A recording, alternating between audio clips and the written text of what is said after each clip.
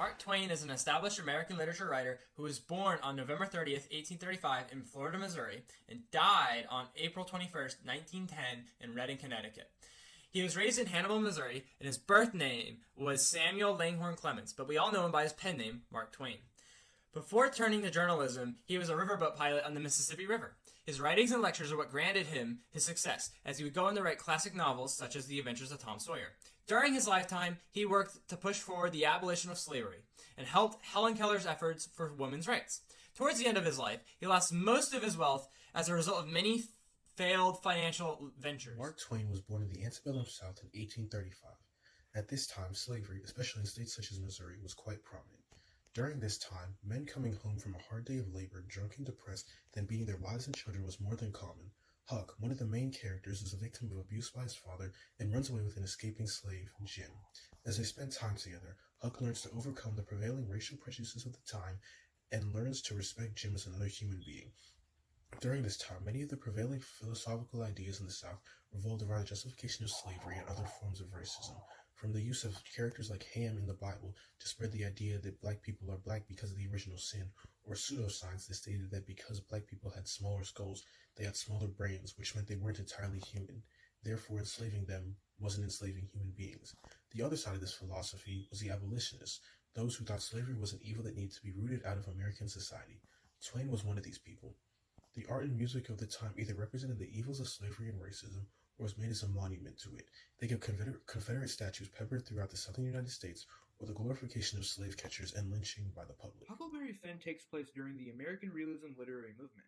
American Realism is a movement that started in the 1830s as a rejection of the Romanticism movement that characterized the time period before then.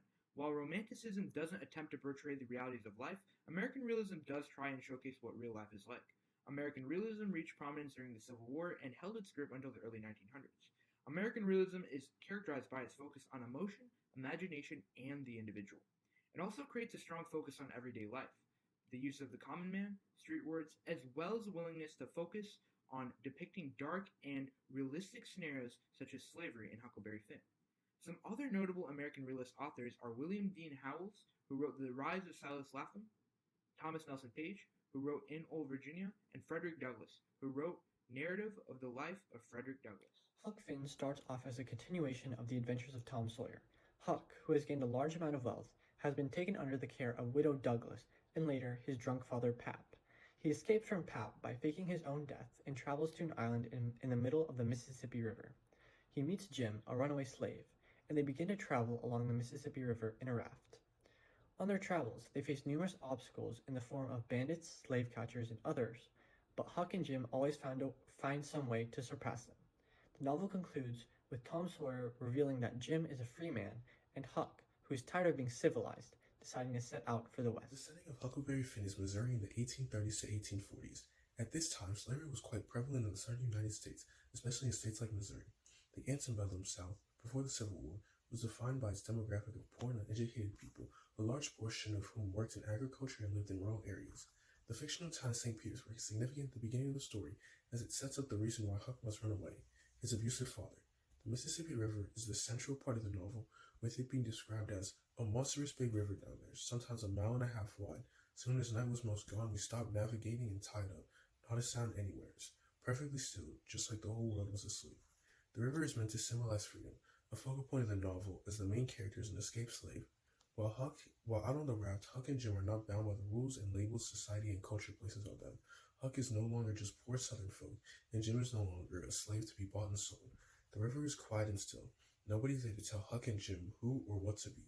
According to Paul Trachtenberg's literary criticism piece, The Form of Freedom in the Adventures of Huckleberry Finn, he argues that Mark Twain's novel projects an idea about innocence in conflict with corruption of a natural man achieving independence from society.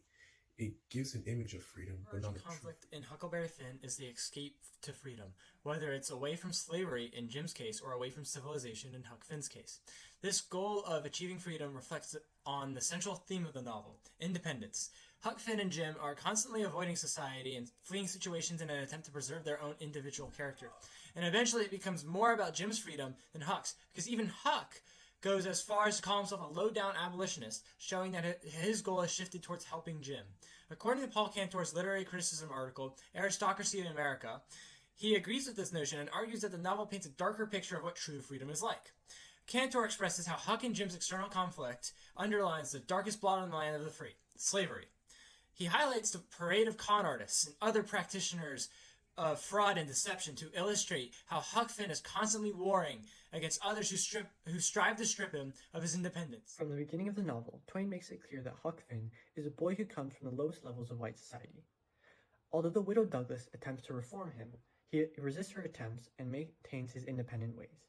Huck's distance from mainstream society makes him skeptical of the world around him and the ideas it passes on to him. Huck's instinctual distrust and his experiences as he travels down the river force him to question the things society has taught him. According to the law, Jim is Miss Watson's property, but according to Huck's sense of logic and fairness, it seems right to help Jim.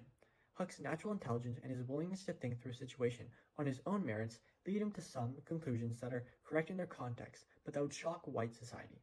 In fact, in the literary criticism article titled Openness to Contingency, Huckleberry Finn and the Morality of Finesses, author N.S. Boone notes that Huck, quote, remains open to the people and communities surrounding him, which allows him to successfully navigate the muddy moral waters in which he finds himself. On the other hand, Jim, at first glance, seems to be superstitious to the point of idiocy, but the time that Huck and Jim spend on Jackson's Island reveals that Jim's superstitions conceal a deep understanding of the natural world and represents an alternate form of truth or intelligence. Like Huck, Jim is realistic about his situation and must find ways of accomplishing his goals without incurring the wrath of those who could turn him in. In this position, he is seldom able to act boldly or speak his mind. Nonetheless, despite these restrictions and constant fear, Jim consistently acts as a noble human being and a loyal The primary theme of the book is independence. The river itself is a grand representation of freedom and independence from others. While on the river, Huck is free from his violent and abusive father, while Jim is free from his slave masters. Throughout their journey, the river acts as a safe haven for the protagonists as they venture down the river. The river also symbolizes freedom and independence due to the fact that it separates a free state, Illinois, from a slave state, Missouri. Huck Finn and Jim would favor the Illinois side throughout the novel, describing the Missouri side as a wall of high bluffs, which implies that the Missouri side is the place where the concept of freedom is skewed when it comes to Jim and other slaves. Twain writes Huck Finn in the character's point of view, which adds to the immersive nature of the Missouri setting that is described.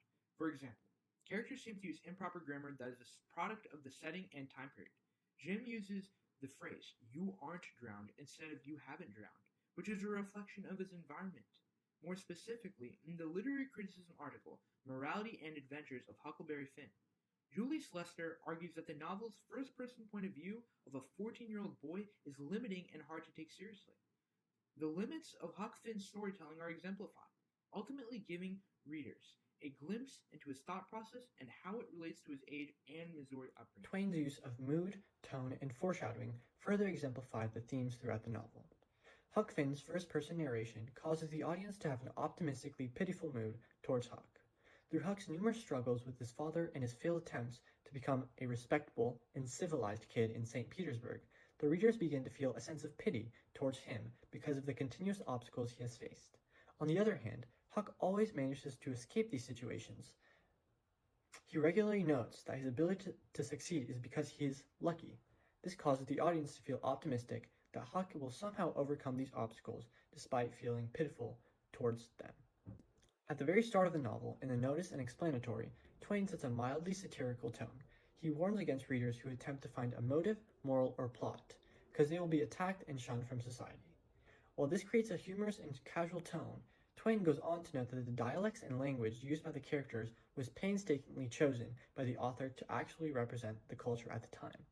Through showcasing a casual comedic tone and immediately contrasting it with the authoritative tone, Twain starts the novel by hinting that the main story is ironic and satirical of Southern America in the late 19th century. The biggest indicator of foreshadowing throughout the novel was showcased in Jim's superstitions. The first example was from Jim's belief in a snakeskin being a bad omen for them. As it would turn out, Jim would be bitten by a snake later on as a result of Huck trying to play a prank on him. Huck comes to the realization that he should not mess with bad luck, as he exclaims that he sees what had come of it, and feels remorse for what happened to Jim. Another example of Jim's superstitions creating foreshadowing is when he tells Huck about how having a hairy body grants someone a future of wealth and prosperity. At the end of the novel, Jim gains his freedom and $40, proving that his superstitions come to fruition.